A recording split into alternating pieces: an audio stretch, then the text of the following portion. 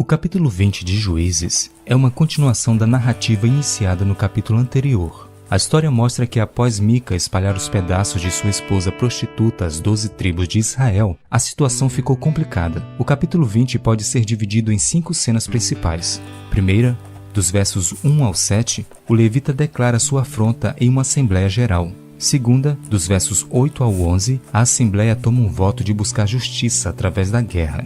Terceira, dos versos 12 a 17, a tribo de Benjamim resiste contra os israelitas. Quarta, dos versos 16 ao 25, os israelitas perdem 40.000 soldados em 2 batalhas contra os benjamitas. Quinta, por meio de uma tragédia militar, os israelitas destroem todos os benjamitas, exceto 600.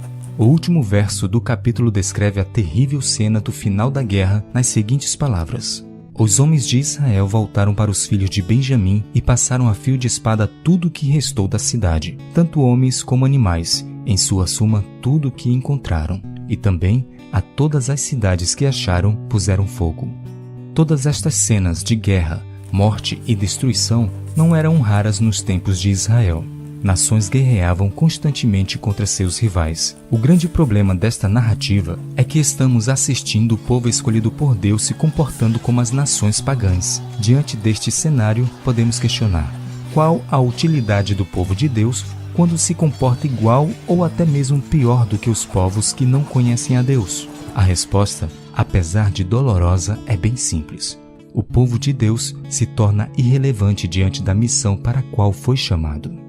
Lembre-se que Israel foi resgatado do Egito para ser a luz do mundo e o sal da terra. Ele deveria ser um exemplo de justiça, amor e paz para as nações vizinhas. Porém, não era isso que eles estavam transmitindo. O que se via era morte, guerra, vingança e assassinato.